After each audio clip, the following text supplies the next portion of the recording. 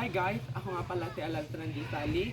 Ngayong araw ang gagawin natin ay pupunta tayo sa isa sa pinakamagandang lugar dito sa Tawi-Tawi at tuklasin natin anong mga yamang likas na nakatago doon.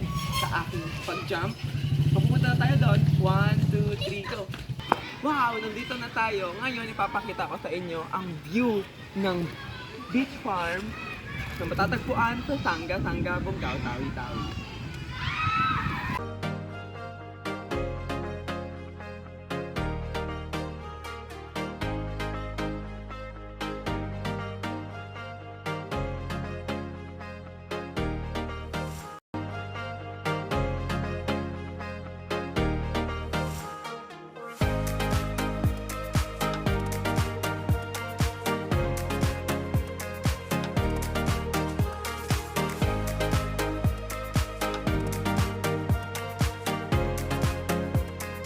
Ang simoy ng hangin, mainit at malinsangan, ay may dalang amoy ng asin sa dagat at hinog na saging. Ito ang umaga sa beach farm, isang paraiso na itinanim sa pagitan ng turkesa ng karagatan at ng lumpiang kapatagan. Hindi ito basta isang beach, ito ay isang kwento. Isang kwento ng isang pamilya na nagsikap, nagtiis at nagtagumpay sa pag-alaga ng isang maliit na lupain na naging sagana sa biyaya ng kalikasan.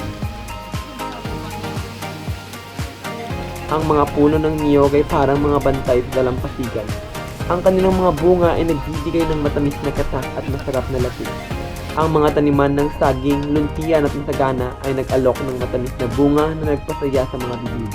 At ang mga sili, maliit ngunit makapangyarihan ay nagbigay ng init at anghang sa bawat pagkain. Ito ay naging isang destinasyon, isang lugar na dinadayo ng mga tao mula sa iba't ibang panig ng Tawi-Tawi. Ang mga turista, mga mananaliksik at mga taong naghahanap ng kapayapaan at katahimikan ay nagtutungo rito para maranasan ang himala ng Sangga-Sangga. Ang paglubog ng araw sa karagatan, ang pagsikat ng araw sa karagatan, ang magandang view ng Masjid Raayat ay simbolo ng isang mapayapa at masayang buhay. Ganyan kahalaga ang yamang likas na meron tayo. Ito ay hindi lang basta-basta isang destinasyon ng mga tao upang mahanap ang kapayapaan at kaluwalhatian. Pagkus, ito ay isang lugar na kung saan makikita natin ang halaga at yaman na meron tayo na biyaya ng